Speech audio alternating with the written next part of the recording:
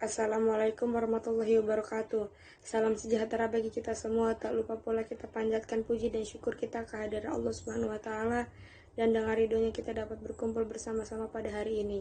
Pertama-tama kami ucapkan terima kasih kepada Ibu Nisma selaku dosen pengampu mata kuliah ilmu kealaman dasar, dan juga kepada teman-teman mahasiswa lainnya yang telah memberikan kesempatan bagi kelompok kami untuk memaparkan mengenai materi yang akan kami sampaikan pada hari ini. Perkenalkan, nama saya Hoiratul Aini. Saya selaku moderator dari kelompok G yang akan menjelaskan presentasi hari ini. Dan saya juga telah ditemani rekan-rekan saya, yaitu Saudara Gana Fitri Rahman dan Yuda Audi Kemal. Pada hari ini, kelompok kami akan mempresentasikan serta menjelaskan secara singkat mengenai perkembangan dan variabilitas makhluk hidup serta evolusi. Awal mula kehidupan di bumi ini hanyalah sebatas planet yang kosong, dan lama-kelamaan dunia ini penuh dengan makhluk-makhluk yang menempati bumi ini. Dan asal-usul dari kehidupan di bumi ini terbagi 6 teori, yaitu yang pertama, teori abiogenesis.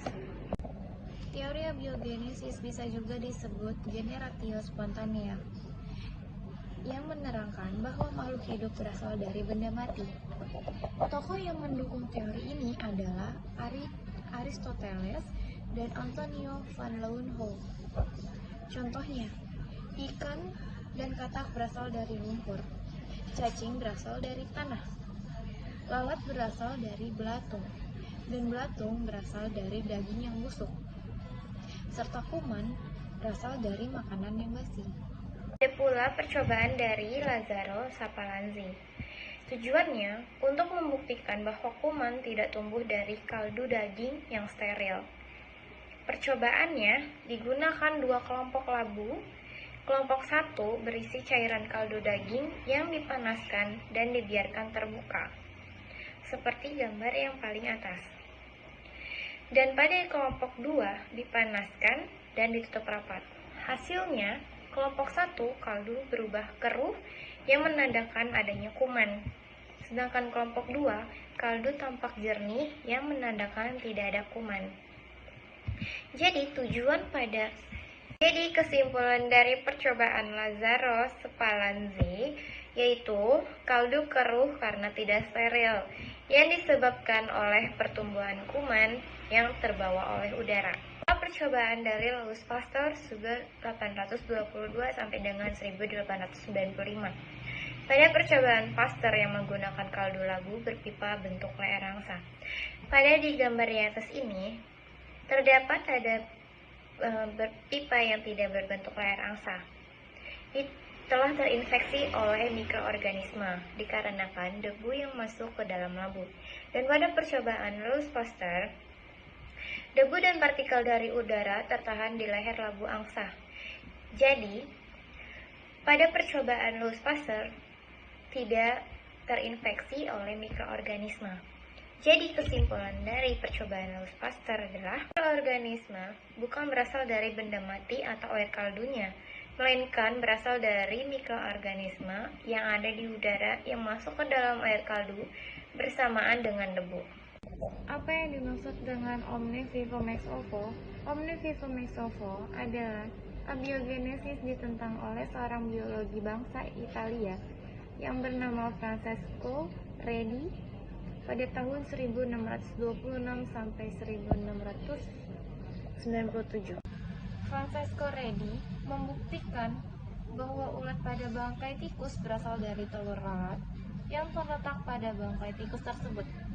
Jadi kesimpulan dari omne vivo ex ovo yaitu makhluk hidup berasal dari telur.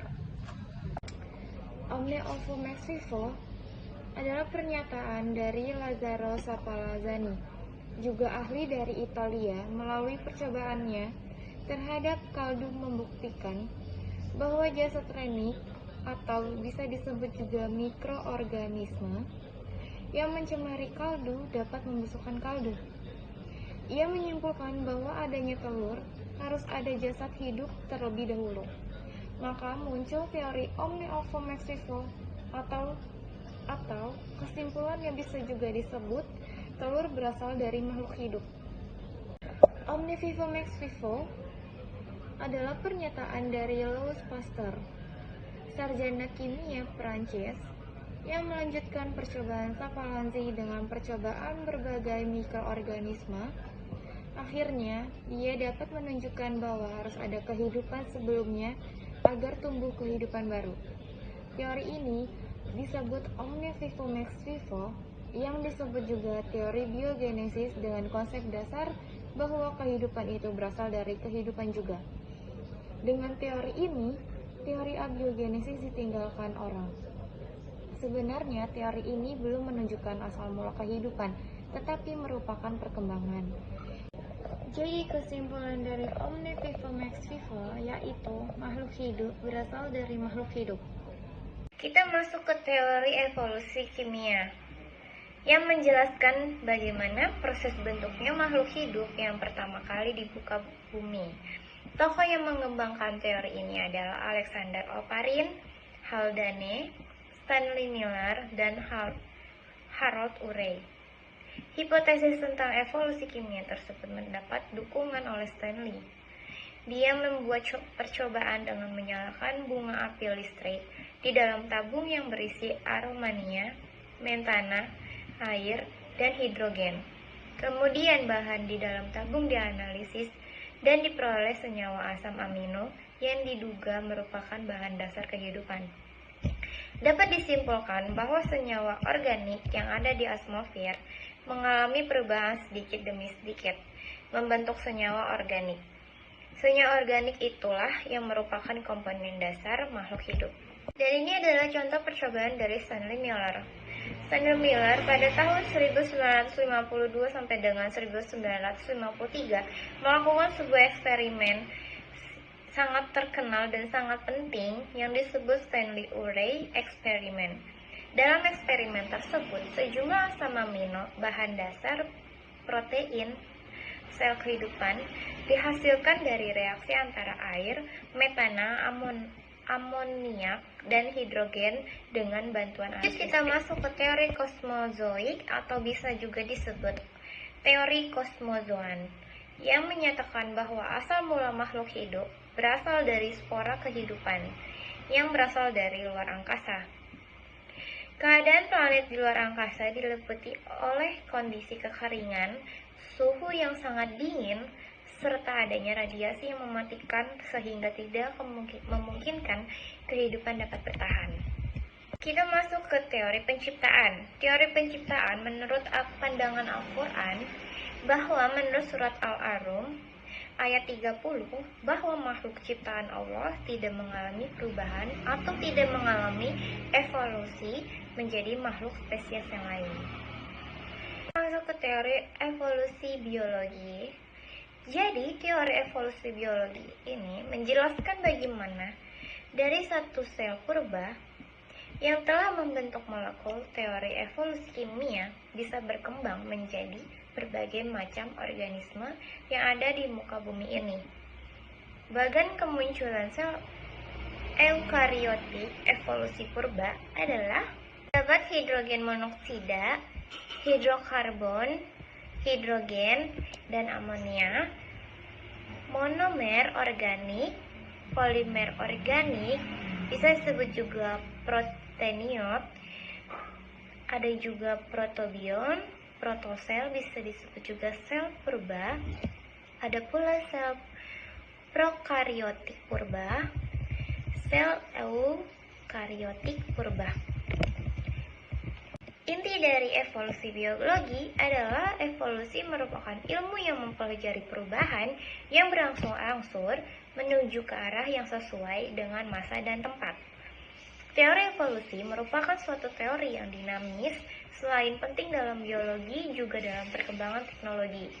Teori evolusi biologis mengemukakan bahwa makhluk hidup merupakan hasil perkembangan evolusi dari makhluk hidup yang berbentuk lebih sederhana, secara perlahan-lahan berkembang menjadi berbagai spesies organisme. Namun, saat ini teori evolusi biologi tidak lagi identik dengan prototype Darwinisme dan neo-Darwinisme. Terdapat penjelasan yang berasal dari beberapa cabang biologi seperti genetika, sistematika, morfologi perbandingan, paleontologi, embriologi, ekologi, dan sebagainya. Baik, sampai di sini saya menjelaskan asal-usul kehidupan. Terima kasih. Assalamualaikum warahmatullahi wabarakatuh. Evolusi adalah proses perubahan yang terjadi perlahan-lahan dan terus-menerus dalam waktu yang sangat panjang. Mengetahui adanya evolusi dapat dilihat melalui fosil umur bebatuan yang mengandung sisa kehidupan zaman dahulu. Makhluk sederhana terdapat di bebatuan yang lebih tua membandingkan anatomi tubuh makhluk hidup. Adapun petunjuk evolusi. Petunjuk evolusi yang pertama, fosil. Laju erosi, laju sedimentasi, kandungan garam dan radioaktif. Yang kedua ada homologi, dua organ tubuh yang secara asal embrionya sama tetapi fungsi dan bentuknya berbeda, seperti alat gerak manusia, burung, dan penguin. Yang ketiga analogi, dua organ tubuh fungsi yang sama bentuknya berbeda seperti sayap kupu-kupu, burung, dan kelelawar. Yang keempat ada embriologi perbandingan, yaitu vertebrata sama. Yang kelima ada ontogeny, perkembangan dari zigot hingga dewasa. Yang keenam ada konvergensi, jalur evolusi berbeda tetapi ciri yang sama. Yang ketujuh ada divergensi, terbentuknya bermacam-macam individu dari satu spesies. Yang kedelapan spesiesasi, yaitu spesies baru. Yang kesembilan ada petunjuk dari alat tubuh yang tersisa atau vestigal. Struktur vestigal antara lain, yaitu umbai cacing, tulang ekor, dan buah dada pada pria. Sisa-sisa kaki pada ular, sisa sayap pada burung yang tidak berfungsi untuk terbang seperti burung penguin, kasuari, dan burung onta.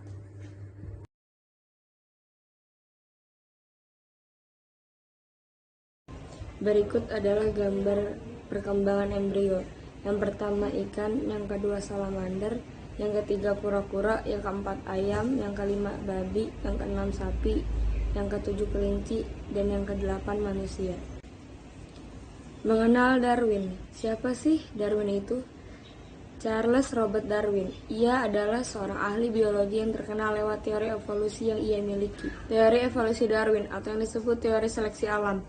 Teori Charles Darwin di abad ke-19, teori yang diciptakan Darwin menggunakan landasan dari teori yang diciptakan oleh Leigh dengan judul Principle of Geology, dan teori yang diciptakan oleh Thomas Malthus dengan karya tulisnya yang berjudul An Essay on the Principle of Population juga menjadi teori inspirasi Darwin. Ajaran Darwin tentang evolusi didasarkan pokok pikiran sebagai berikut. 1. Tidak ada individu yang sama. 2. Setiap populasi berkecenderungan bertambah banyak karena organisme mempunyai kemampuan berkembang biak. 3. Berkembang biak perlu adanya makanan dan ruangan yang cukup. 4. Bahwa bertambahnya populasi tidak berlangsung terus-menerus. Yang dianggap mengilhami teori evolusi Darwin. 1. Perjalanan ke Pulau Galapagos. 2. Menemukan 14 spesies burung finch yang berbeda ukuran dan bentuk paruh. Spesies burung tersebut berasal dari satu keturunan burung finch yang hidup di Amerika Selatan. 3. Burung tersebut mengadakan migrasi ke Kepulauan Galapagos dan menemukan lingkungan baru. Berikut adalah contoh-contoh burung di Kepulauan Galapagos. Sebelah kiri atas ada kura-kura di Kepulauan Galapagos, sebelah kanan atas ada burung finch di Kepulauan Galapagos, dan bawah adalah iguana laut di Kepulauan Galapagos. Sejarah perkembangan makhluk hidup. Makhluk hidup yang pertama adalah makhluk-makhluk kecil. Jenisnya adalah mikroorganisme. Seperti protozoa diyakini sebagai awal dari kehidupan yang ada seperti sekarang. Para ahli membaginya menjadi 4 babak perkembangan, yaitu zaman Azoikum, zaman Akreozoikum, dan zaman Proterozoikum. Zaman Azoikum atau zaman tertua. Zaman ini berlangsung kurang lebih 2500 juta tahun. Bumi masih merupakan bola gas sangat panas yang berputar pada porosnya. Bisa kalian lihat pada gambar di samping, merupakan bola gas yang sangat panas. Zaman Arkeozoikum atau zaman Arkean. Zaman Arkean awal pembentukan batuan kerak bumi yang mulai berkembang menjadi prokontinen. Dasarnya semua sedimen baru dijumpai batuan yang tidak mengandung fosil. Masa ini kemudian dikenal sebagai Azoikum. Di lapisan atasnya terbentuk batuan yang mengandung sisa kehidupan yang masih sederhana, berupa tumbuhan tingkat rendah yang menghasilkan gamping. Bisa kalian lihat pada gambar di samping, itu adalah zaman Arkeozoikum atau disebut zaman Arkean. Zaman Proterozoikum terjadi sekitar 2, miliar sampai 250 juta tahun lalu, memiliki arti sebagai masa kehidupan awal. Pada masa ini, kehidupan mulai berkembang karena keadaan iklim sudah mulai stabil, mulai berkembang dari organisme bersel tunggal menjadi organisme bersel banyak yang bernama enkaryotes dan prokaryotes. Enkaryotes inilah yang akan menjadi tumbuhan dan prokaryotes akan menjadi binatang. Menjelang akhir dari masa ini, muncullah ubur-ubur, cacing, dan koral yang muncul di laut dangkal yang bukti fosilnya dijumpai sebagai fosil sejati pertama. Bisa kalian lihat pada gambar di samping, itu adalah zaman Proterozoikum. Teori evolusi pada jerapah. Yang pertama ada lamak. Evolusi disebabkan karena adanya adaptasi. Leher jerapah pendek menjadi panjang. Yang kedua ada Darwin. Evolusi disebabkan oleh seleksi alam. Karena seleksi alam, leher pendek jerapah pada punah. Yang ketiga ada Weismann. Evolusi adalah masalah genetika. Evolusi adalah seleksi alam terhadap faktor genetika. Yang keempat ada De Vries, yaitu evolusi disebabkan mutasi gen. Berikut adalah contoh gambar dari evolusi Lamarck dan evolusi Darwin. Benda hidup dan benda tidak hidup. Ada bermacam-macam benda yang terdapat di lingkungan sekitar, mulai dari benda hidup dan benda tidak hidup. Benda hidup merupakan sebutan lain dari makhluk hidup. Di dunia ini dikenal 3 jenis makhluk hidup, yaitu manusia, hewan, dan juga tumbuhan.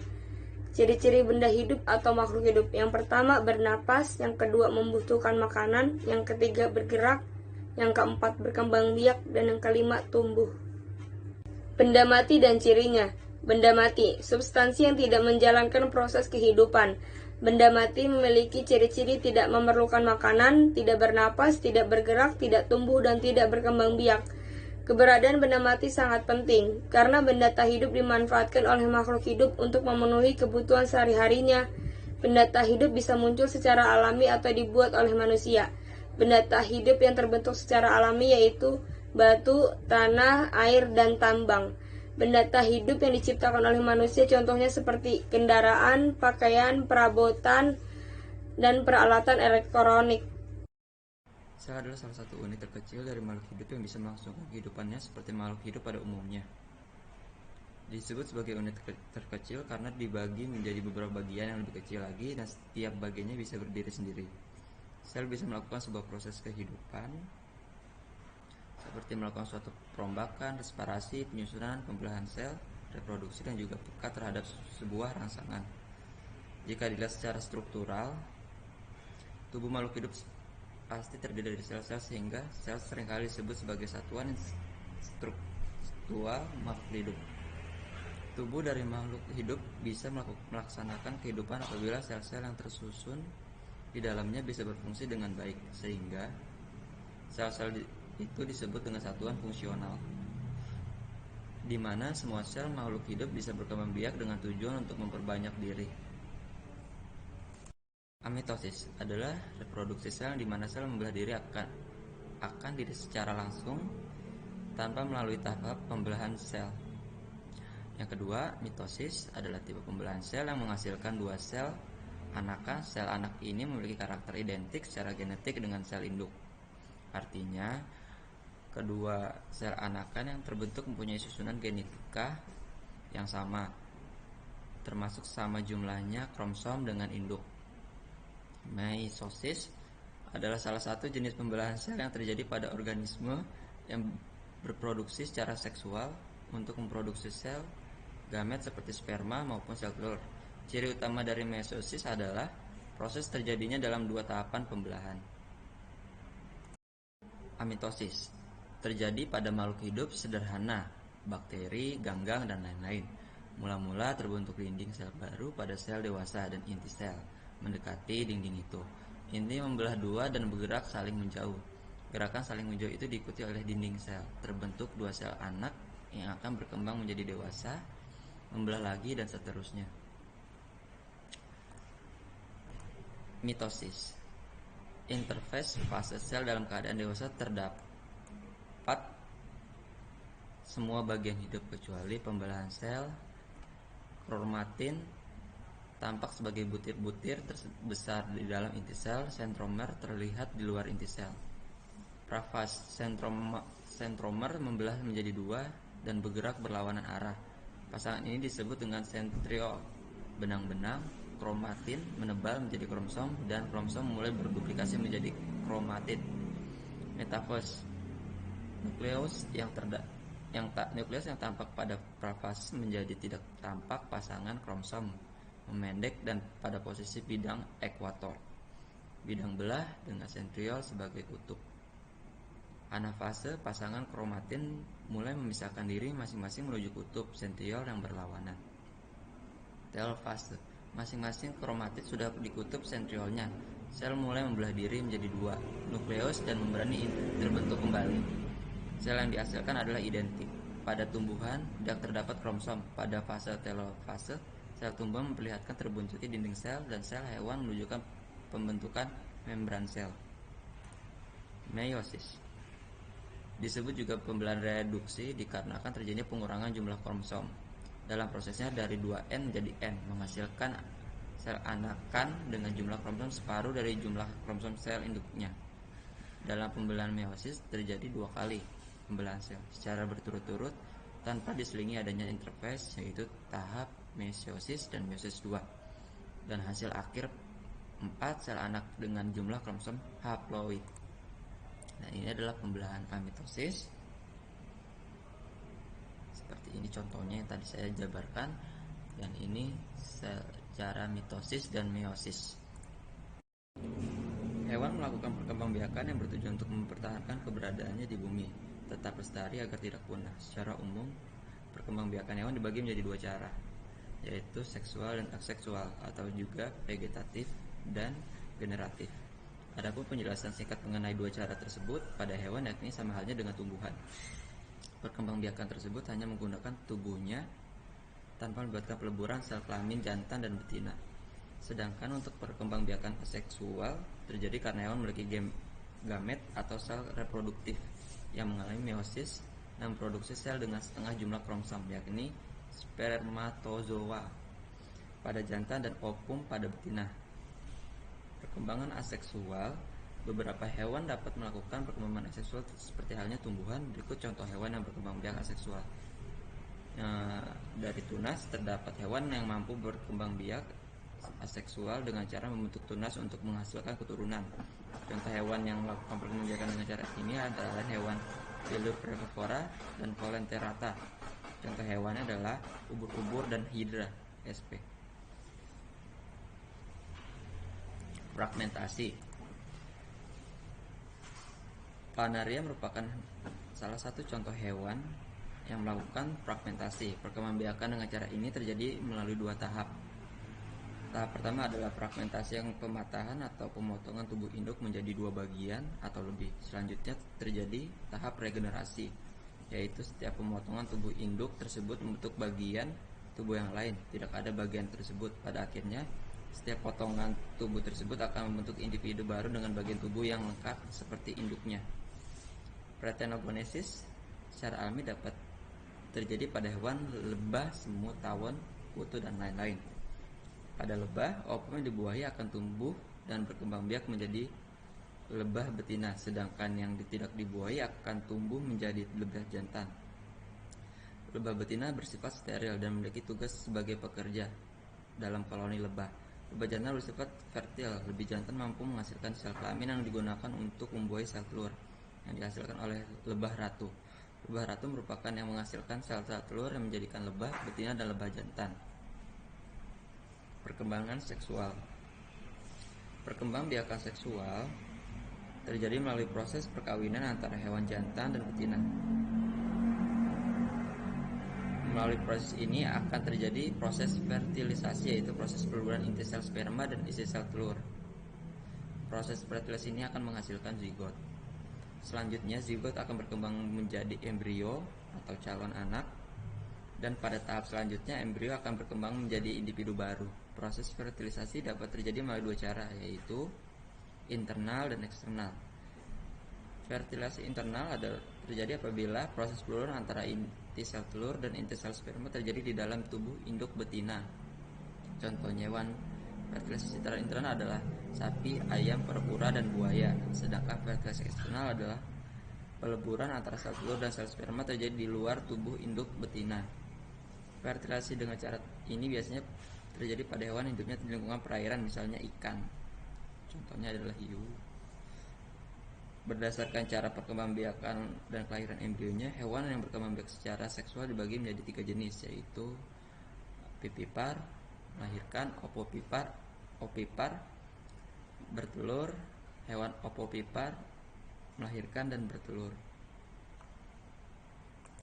Sekian penjelasan dari saya lanjutkan ke moderator. Terima kasih. Sekian presentasi dari kelompok kami. Apabila dalam penyampaian kami ada kekurangan, mohon dibukakan pintu maaf sebesar-besarnya. Sekian dari kelompok kami. Wabillahi taufiq wa hidayah. Wassalamualaikum warahmatullahi wabarakatuh.